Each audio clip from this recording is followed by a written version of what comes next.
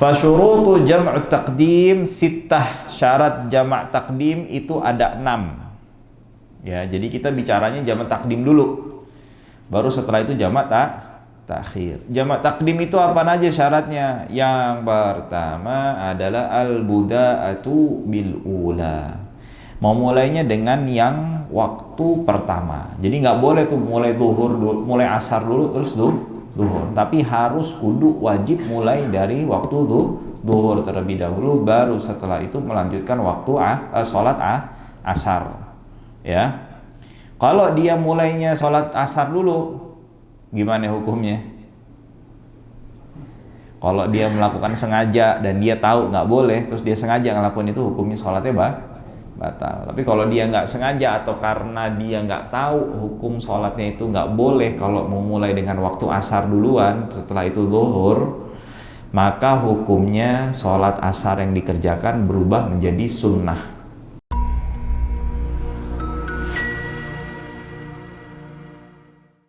Assalamualaikum warahmatullahi wabarakatuh. Bismillahirrahmanirrahim. Alhamdulillahi rabbil alamin. Wabihi nasta'inu ala umuri dunya waddin.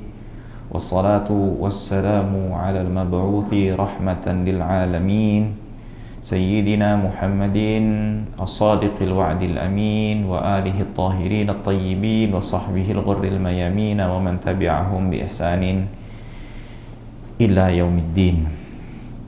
Qala Allah subhanahu wa ta'ala, ya ayyuhalladzina amanu taqullaha haqqa tuqatih wa la tamutunna illa wa antum muslimun. Ya mas sekalian, alhamdulillah rabbil alamin, bersyukur kita kepada Allah subhanahu wa ta'ala kita bisa melanjutkan kajian kita, pembacaan dan penjelasan kitab Al-Yaqut An-Nafis fi Madhhab Ibn Idris karya Sayyid Ahmad ibn Umar Asy-Syatiri rahimahullahu ta'ala.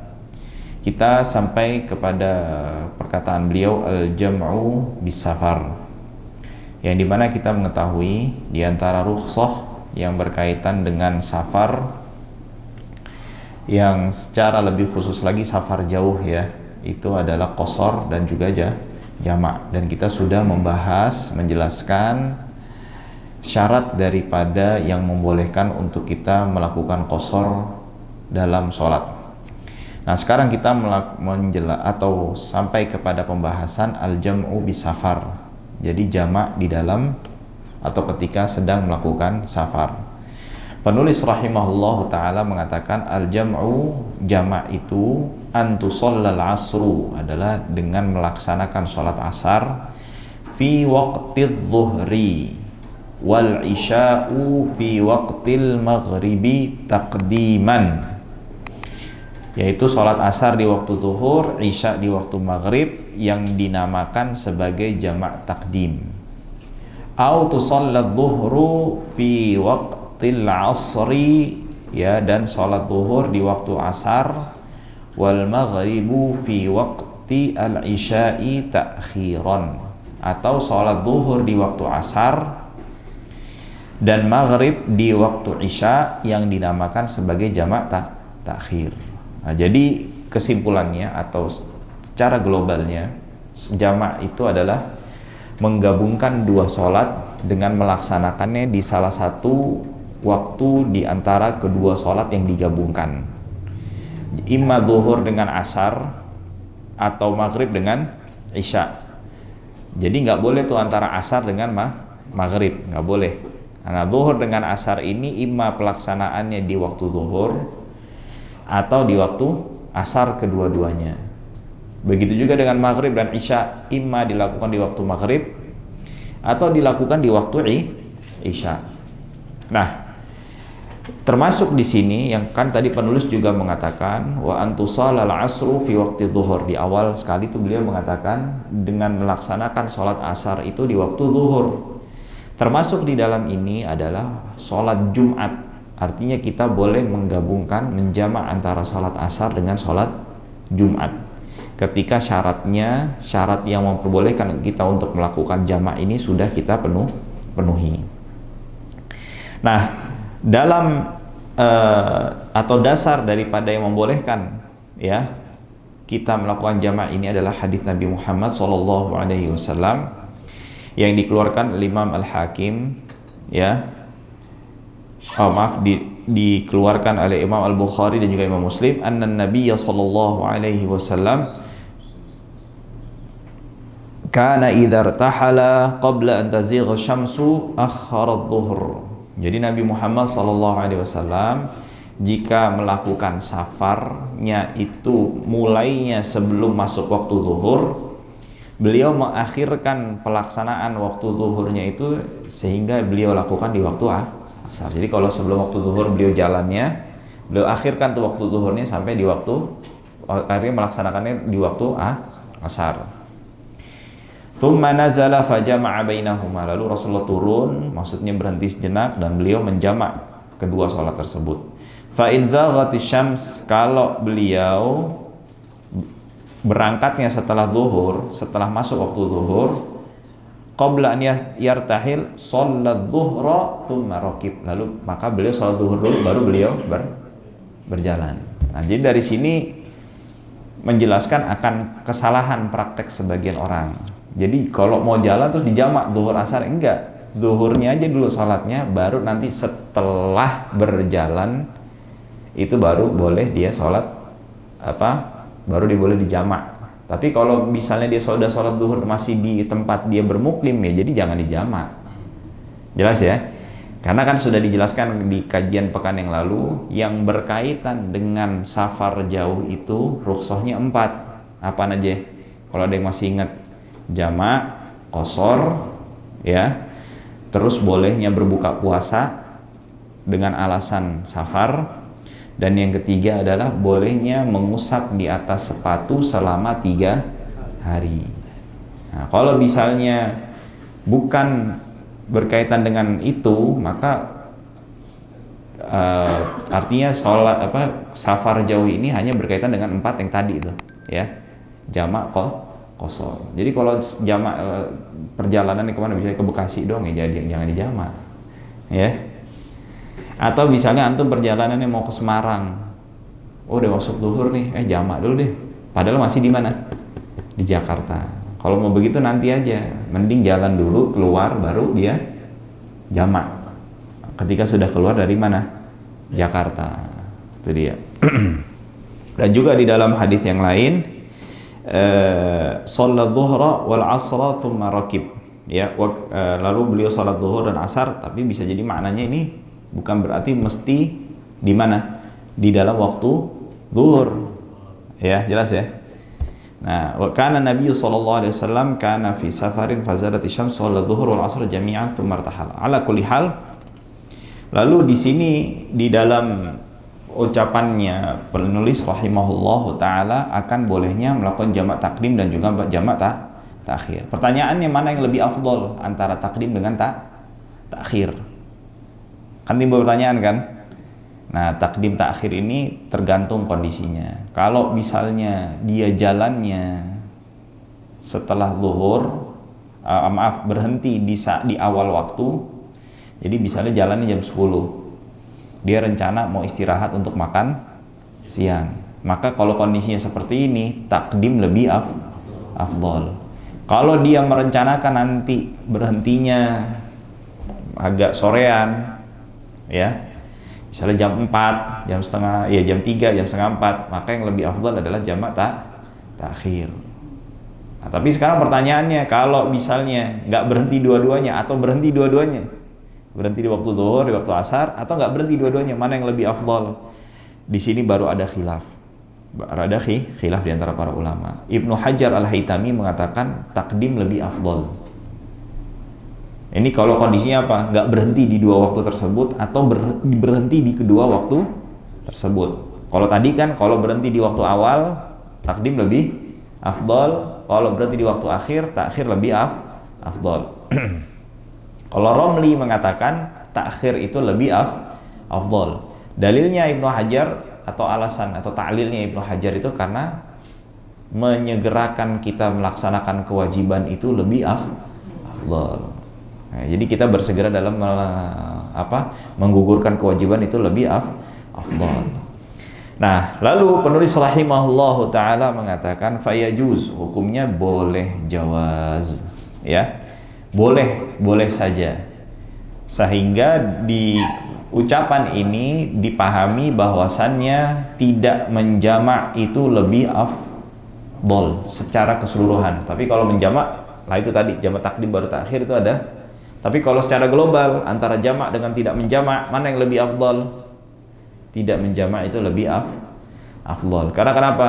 Al-akhdhu bil azimah afdal min al-akhdh bil rukhsah. Mengambil azimah, hukum asalnya salat apa? Di waktunya. Itu lebih afdal, ya. Dan juga ini khurujan minal khilaf, keluar dari perbedaan pendapat. Perbedaan dengan pendapat dengan siapa?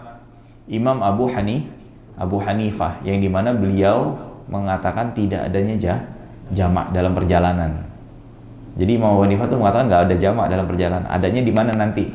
Kalau wukuf di Arafah, itu baru ada jamak di situ. Nah, lalu beliau mengatakan lil musafiri, bagi musafir. Nah, kita sudah tahu musafir yang membolehkan musafir yang membolehkan kita mengqashar salat, yaitu safar jauh 85 kilo bisyurutin, dengan syarat.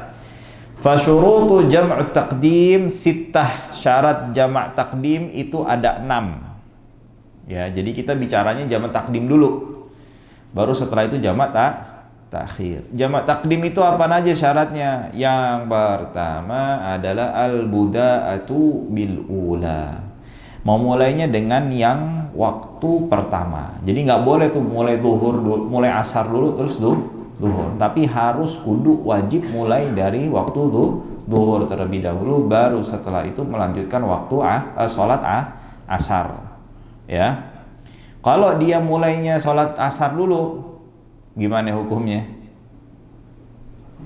Kalau dia melakukan sengaja dan dia tahu nggak boleh, terus dia sengaja ngelakuin itu, hukumnya sholatnya batal. Tapi kalau dia nggak sengaja atau karena dia nggak tahu hukum sholatnya itu nggak boleh kalau memulai dengan waktu asar duluan, setelah itu zuhur, maka hukumnya sholat asar yang dikerjakan berubah menjadi sunnah.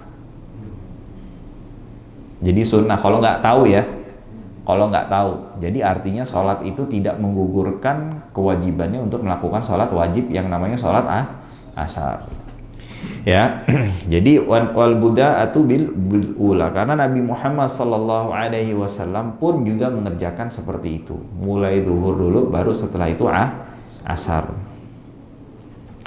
Lalu yang kedua adalah waniyatul jam'i fiha, dan dia menghadirkan niat untuk melakukan jamak fiha, di dalam sholat yang pertama.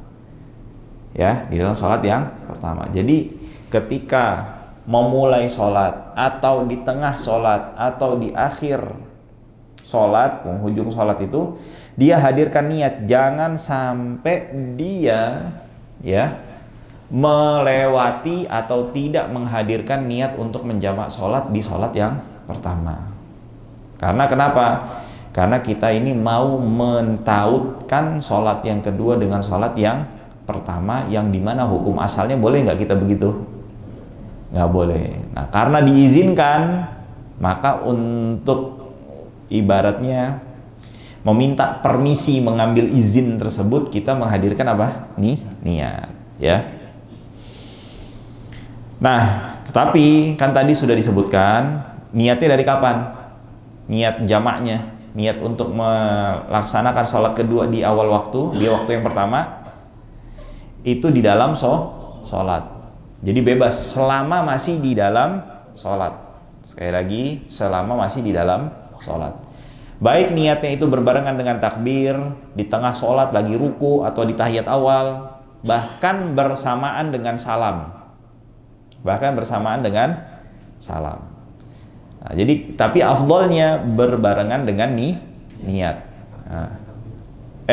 Berbarengan dengan takbir. Iya. Nah, ini salah ngomong kan. Berbarengan dengan takbir. Jadi kalau misalnya kita salat zuhur, misalnya sholli fardhu dhuhri, kalau bisa diqashar rakaataini ma'muman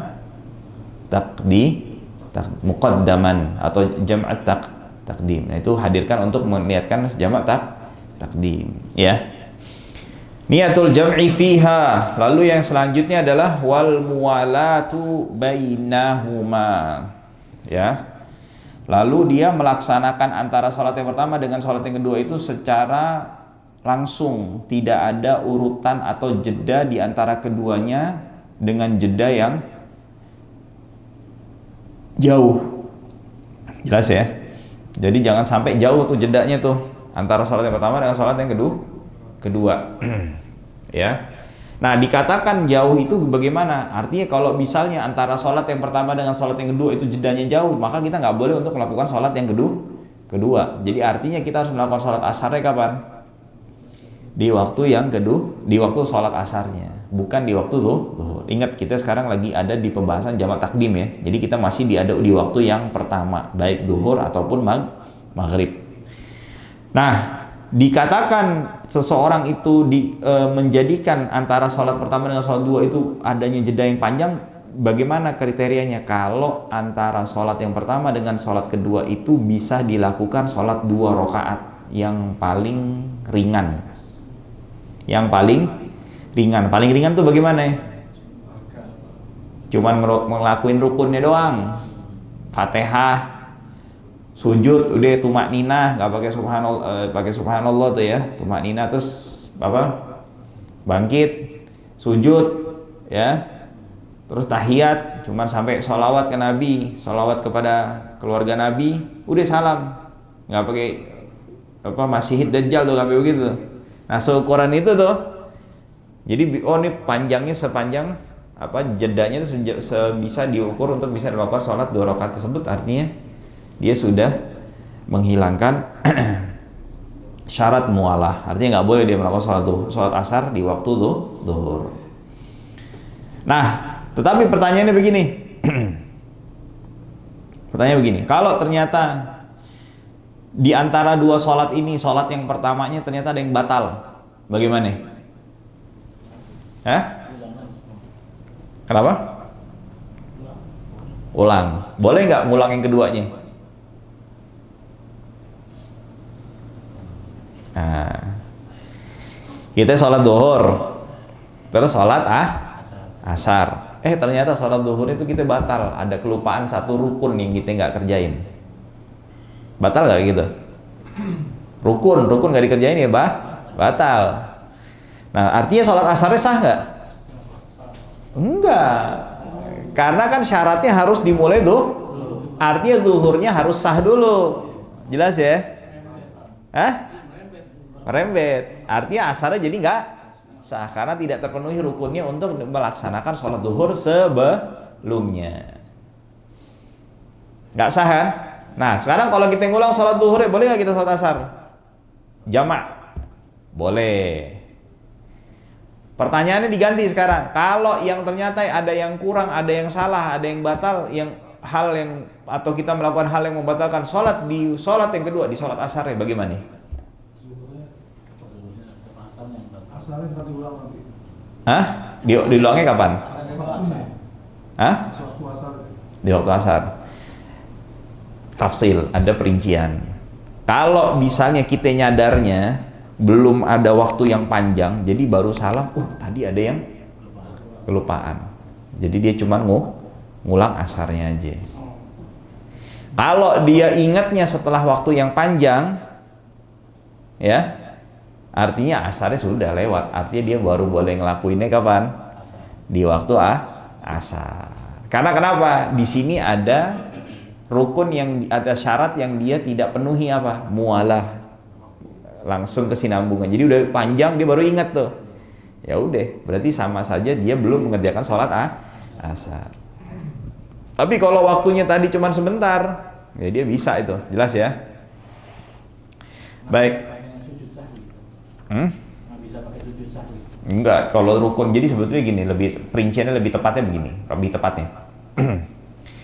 Misalnya kita ketinggalan ruku di rakaat ketiga, berarti kita baru sholat berapa rakaat?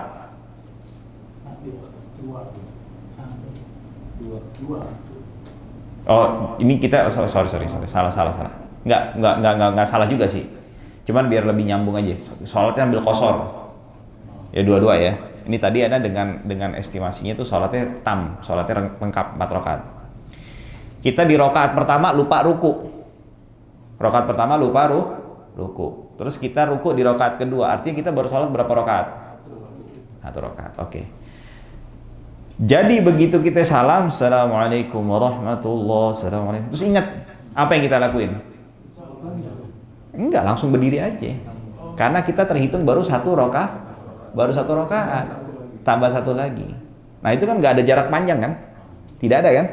Nah jadi boleh kita lanjut. Dan kita masih terhitung di dalam sholat. Walaupun kita udah salam tapi terhitung di dalam.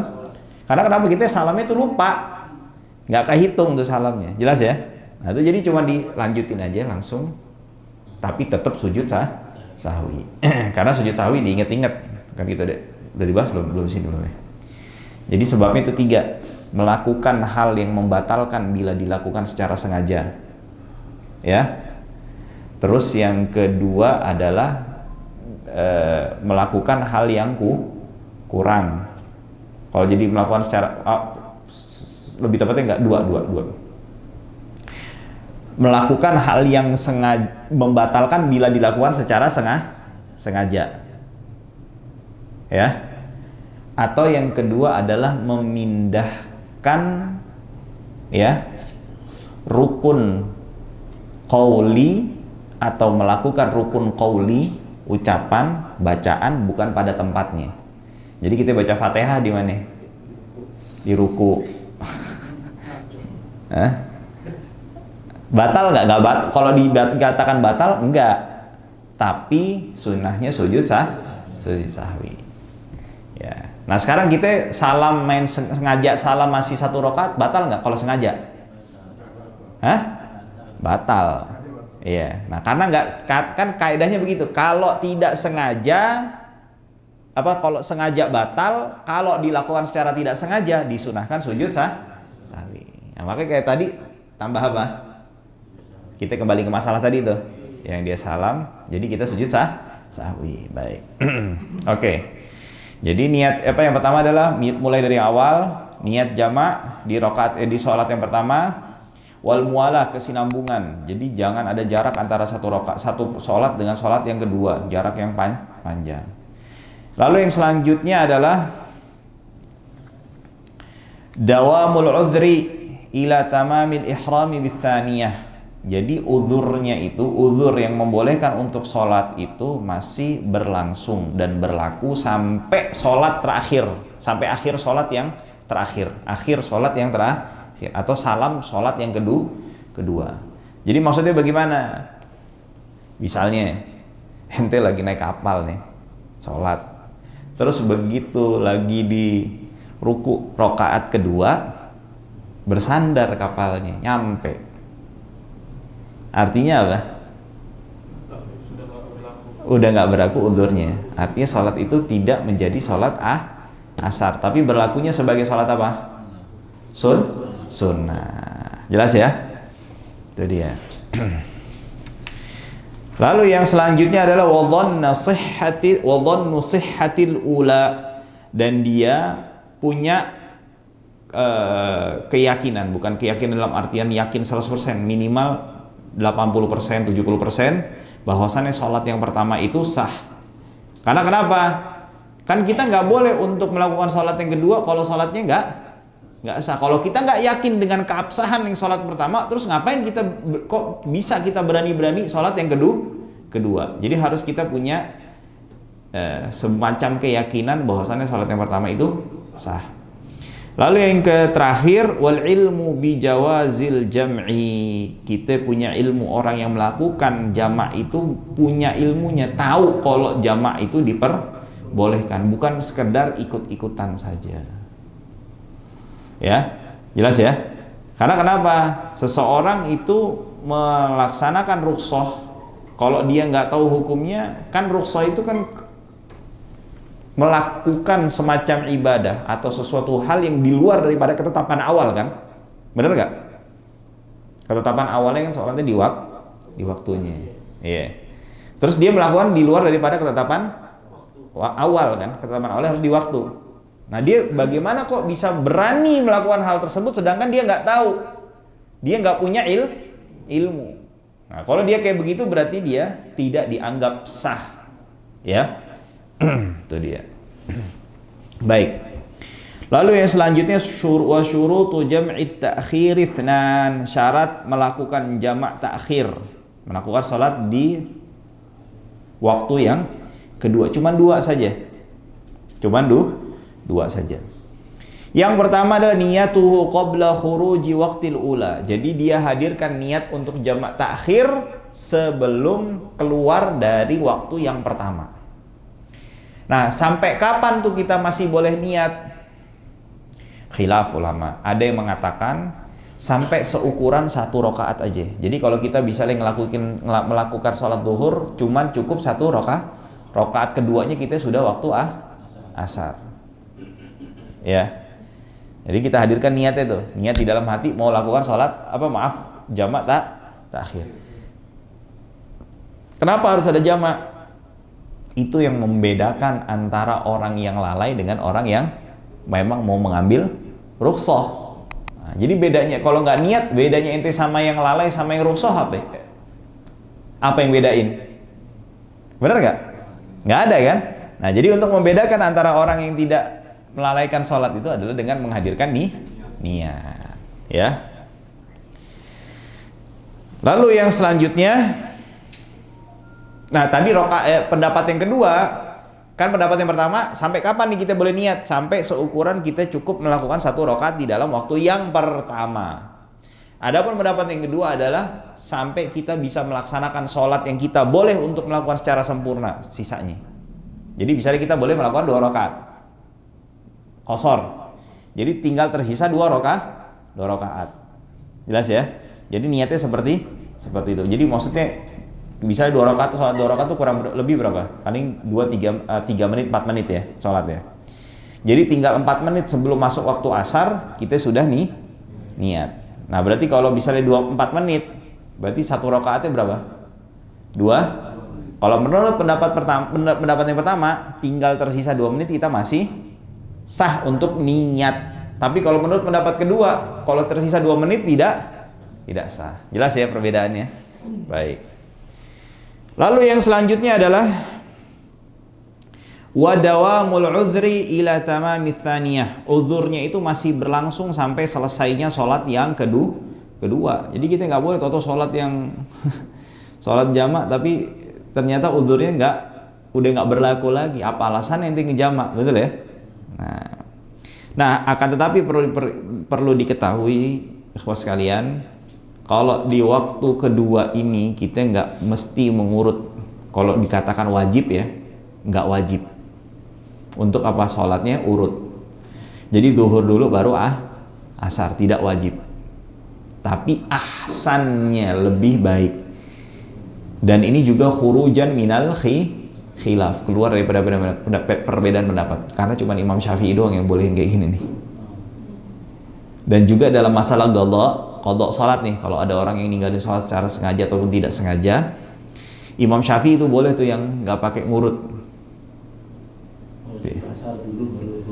Iya. Jelas ya. Kalau Imam Malik pendapatnya beda. Kalau salatnya masih yang ditinggalin cuma 5 salat harus tartib. Jadi tinggalin subuh atau pokoknya 5 salat aja. Kalau 5 salat harus tartib.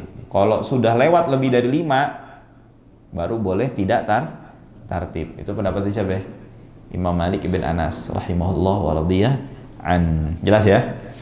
Baik. Selanjutnya al-jam'u bil matar. Ya, jamak karena adanya hujan. Nah, ini jarang orang yang praktekin nih. Perlu nih sekali-sekali dipraktekin nih. Ustaz Syafiq mungkin nanti praktekin di masjidnya ya. Insyaallah. Baik. Jadi kan kita tahu qashar itu hanya khusus di mana? Safar tawil.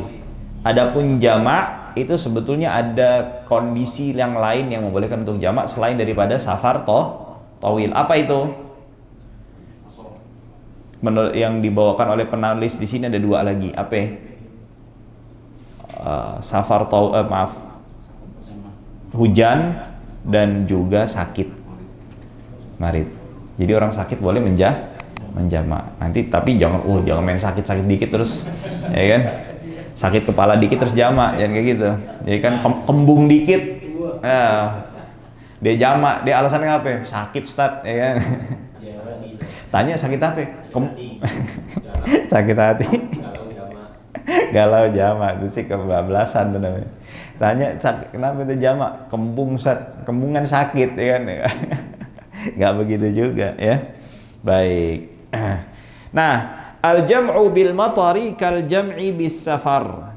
Jamak di waktu kala hujan itu seperti halnya jamak di waktu safar.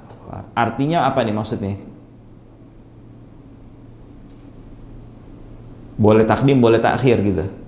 Enggak begitu kok maksudnya. Enggak. Kalau di waktu hujan itu hanya boleh takdim. Hanya boleh Kenapa ditegaskan hal ini? Maksudnya seperti safar, ini untuk dalam artian untuk menjelaskan bahwasan di dalam mazhab Syafi'i itu boleh zuhur dengan asar, maghrib dengan isya. Kalau di dalam mazhab Hanbali dan mazhab Maliki khusus hanya maghrib dengan isya aja. Jelas ya? Malam aja. Kalau zuhur asar nggak boleh. Kalau Abu Hanifah udah jelas kan nggak ada jamak deh, jamaan udah nggak ada, udah jelas. Pokoknya kalau ada jamak ya udah Abu Hanifah ini skip, udah nggak ada pembahasannya di sini. Wukuf aja udah itu dia. Nah kalau nanti khilafin dengan tiga mazhab aja nih. Kalau masalah jamak. Jadi maksudnya penulis di sini adalah apa? Maksudnya adalah zuhur dengan asar, maghrib dengan isya. Seperti halnya musafir boleh kan? Sholat zuhur dengan asar kan? Cuman hanya perbedaannya dengan musafir, kalau sholat jamak karena hujan itu nggak boleh di waktu yang kedua, akhir nggak boleh. Jelas ya? Nah dalilnya mana? Hadis Ibnu Abbas, riwayat Bukhari dan juga Imam Muslim, annahu sallallahu alaihi wasallam bil Madinah, annahu sallallahu alaihi wasallam shalla bil Madinah sab'an wa thamaniyan. Ya, zuhral wal asr wal maghrib wal isya. Jadi Rasulullah sallallahu alaihi wasallam sab'an wa thamaniyan. 7 sampai 8 hari Rasulullah sallallahu alaihi wasallam itu salat zuhur dengan asar digabung, maghrib dengan isya. Maksudnya apa di sini kata para ulama? Maksudnya adanya hujan. Maka dari itu kata Imam Syafi'i ya dan Imam Malik mengomentari hadis tersebut, aradalika bi'udhril matar. Aku melihat bahwasannya yang menyebabkan ini Rasulullah melakukan hal ini menjamak padahal di Madinah beliau adalah karena udzur hujan ya. Nah, lalu kriterianya, syaratnya apa? Kriterianya orang yang boleh melakukan jamak di kala hujan ada 3 syaratnya. Ada berapa? Oh ya, maka dari itu penulis mengatakan lakinnahu la yajuzu illa taqdiman faqat. Maka dari itu dia tidak boleh kecuali hanya jamak takdim saja. Ya. Jadi syarat sahnya dan yang membolehkan syarat sah dan yang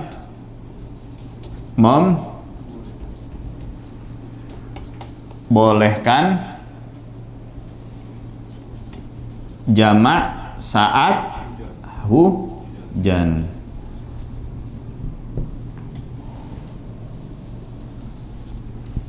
Pertama, hujannya bisa membasahi pakaian atau sandal atau alas kaki lah lebih tepatnya. Alas Artinya nggak setiap hujan itu boleh untuk kita melakukan jamak. Kalau hujannya yang tipis-tipis, ya, tahu kan hujan tipis-tipis itu kan ada kan tuh kan? Enggak, lebih ini lagi daripada rintik-rintik. Kayak cuman cipratan kecil-kecil gitu doang tuh hujannya tuh. Ya, paling cuman ya titik-titik aja, kelihatan titik-titik aja di sini di pakaian kita. Nah, itu tidak boleh apa? Membatalkan. Para fuqaha lebih detail lagi, maksudnya membasahi tubuh itu di mana? Bagian pundaknya aja. Itu lebih detail lagi, beliau mengatakan begitu. Lalu yang kedua adalah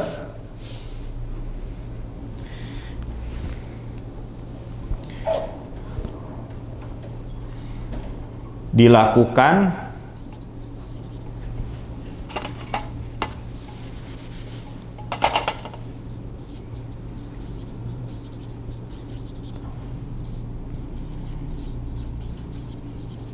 bersama imam secara berjamaah. Artinya di masjid di rumah boleh? Enggak, di masjid yang keduanya. Di masjid. Kalau mazhab Hanbali nggak wajib di masjid, di rumah juga boleh. Tapi hanya apa? Salat maghrib dan isya. Ya kalau dalam mazhab Syafi'i ini apa? Harus di masjid. Ya. Dan yang keempat adalah lebih mudahnya, bahasa mudahnya, nggak punya payung deh gitu aja. Tidak memiliki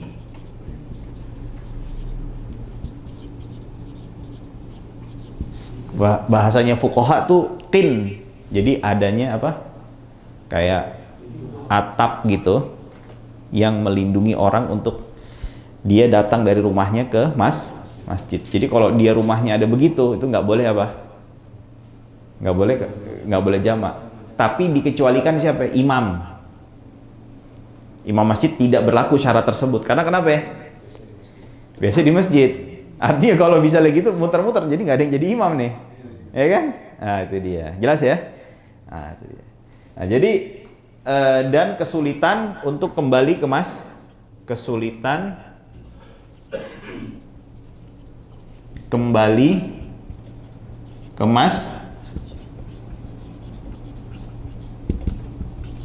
Oke. Nah, jadi berapa nih? 5 syarat ya. Hujannya bisa membasahi pakaian atau alas kaki. Dalam kurung deras lah gitu ya, bisa dikatakan ya. Deras. Dilakukan bersama imam secara berjamaah di masjid. Artinya kalau misalnya dia nggak bisa, emang dari awal nggak ke masjid, nggak bisa ke masjid. Hah? Nggak perlu jamak. Ya. Nah itu dia. Ini jadi yang membolehkan jamak syarat sah dan membolehkan jamak. Adapun syarat sahnya nanti ada dijelaskan lagi oleh penulis di sini ya. Ada beberapa syarat yang belum dituliskan di sini ya. Baik. Bisyuruti jam'i taqdim bis safar, dengan syarat jamak takdim di safar. Tadi harus mulai dari yang pertama dulu ya. Ma'a wujudil matari indal ihrami bil ula wathaniyah, bil ula wathaniyah. Jadi tetap adanya hujan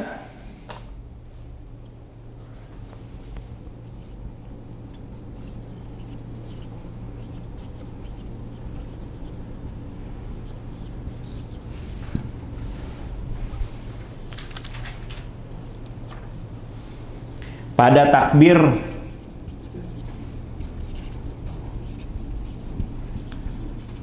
sholat 1 dan 2.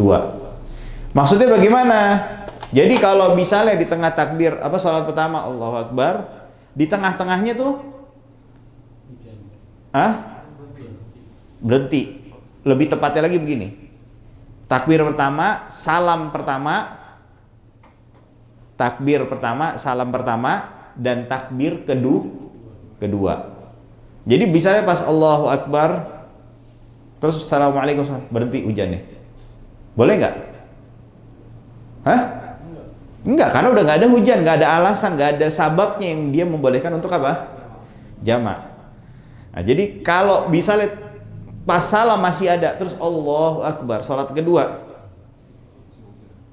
Habis itu berhenti hujannya, boleh nggak lanjutin? Boleh. Hah?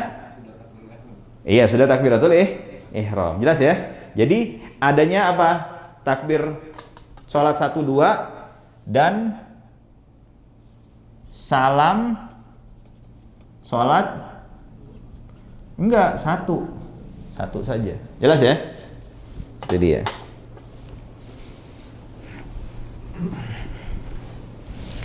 Baik, jadi diniatkan tuh, begitu hujan niatin dulu, terus saranin ke imam. Ya, bahkan juga para fuqaha mengatakan atau ulama, karena sebuah hadis dianjurkan kalau pas adzan itu pas hujan adzannya ditambah as-salatu fi rihalikum, sholatlah di rumah-rumah kalian, bukan pas Covid doang. Karena ada tuh di sebagian negeri Arab langsung ngapain sunnah gitu, enggak, justru pas angin kenceng, pas lagi hujan, as-salatu fi rihalikum. Cuman mungkin tidak dilakukan hal tersebut karena kenapa? Cenderung payung itu ada. Jelas ya? Nah, itu dia. Baik. Lalu al-jam'u bil marad, terakhir jamak karena sakit, ya. Ikhtar an-Nawawi wa ghairuhu. Imam Nawawi memiliki pilihan pendapat dan yang selain Imam Nawawi. Memang mu'tamad, mayoritas mazhab Syafi'i itu tidak membolehkan untuk apa? Jamak karena sakit. Tapi Imam Nawawi punya pendapat yang berbeda dengan mazhab Syafi'i. Nah, yang menariknya begini. Imam Nawawi berpendapat bolehnya jamak karena sakit itu karena nasnya Syafi'i. Jadi Imam Syafi'i itu mengatakan boleh secara tegas begitu.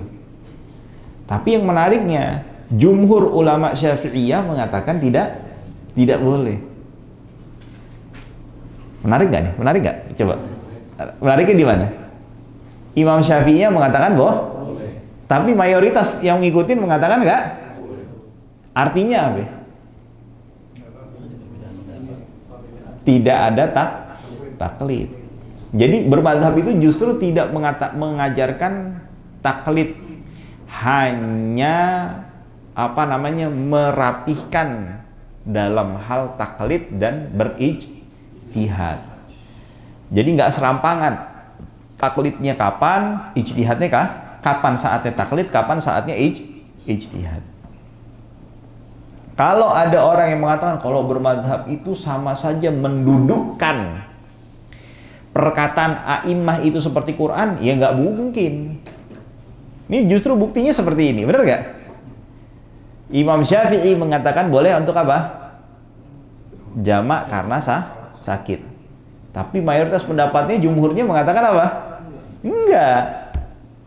Artinya mereka tidak melihat perkataan Syafi'i itu seperti halnya Al-Quran dan Sunnah Nabi Muhammad SAW. Mereka mengikuti Syafi'i itu bukan karena melihat Syafi'i itu sebagai Quran, melihat Syafi'i itu sebagai Sunnah. Karena penilaian para ulama tersebut, ini penilaian ini kan bisa berbeda-beda, relatif sifatnya, bener nggak? Kayak contohnya begini deh, ada makanan misalnya steak atau makanan apapun lah dari rumah makan ini sama rumah makan satunya lagi, kita bisa berbeda nggak penilaian? Oh, rumah makan yang pertama lebih enak daripada rumah makan yang kedua. Bisa jadi yang lain mengatakan rumah makan yang kedua lebih enak daripada rumah makan yang pertama. Itu relatif kan sifatnya kan.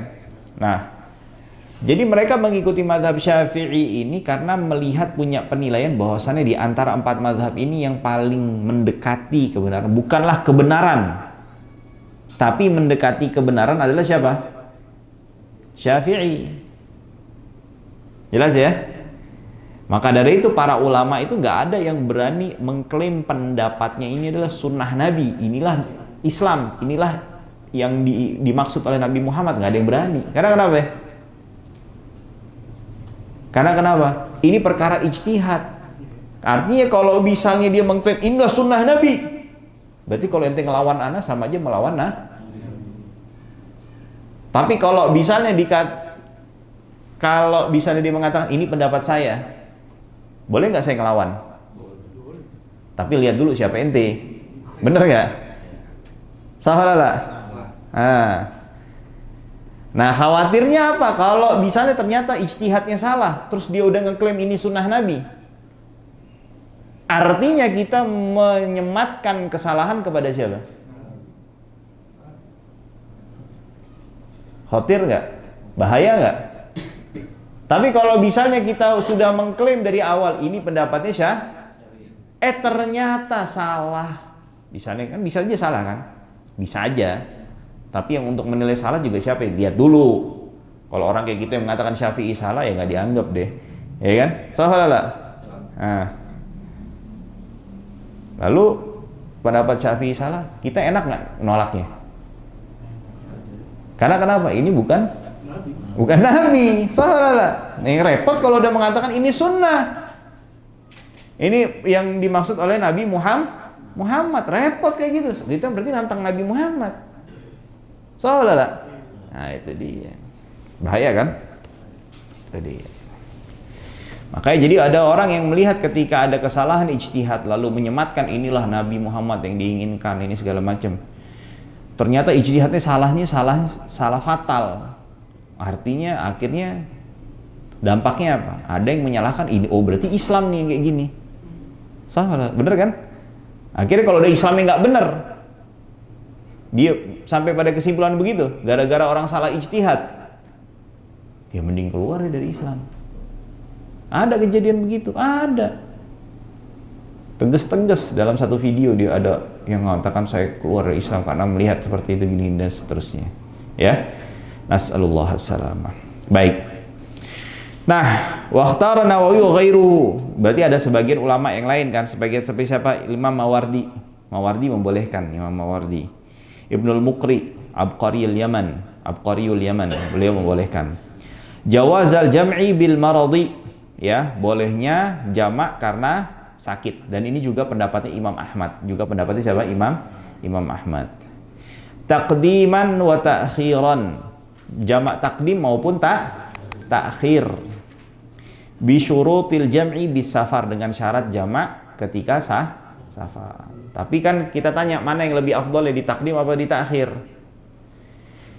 Kalau misalnya dirasa sakitnya di awal itu lebih diperkirakan nanti di waktu yang akan datang ini sakitnya akan lebih parah, maka segera sholat jamak. Tapi kalau nanti dirasa nanti kalau nunggu sedikit nih membaik, baru dia takhir. Nah kriteria sakitnya bagaimana?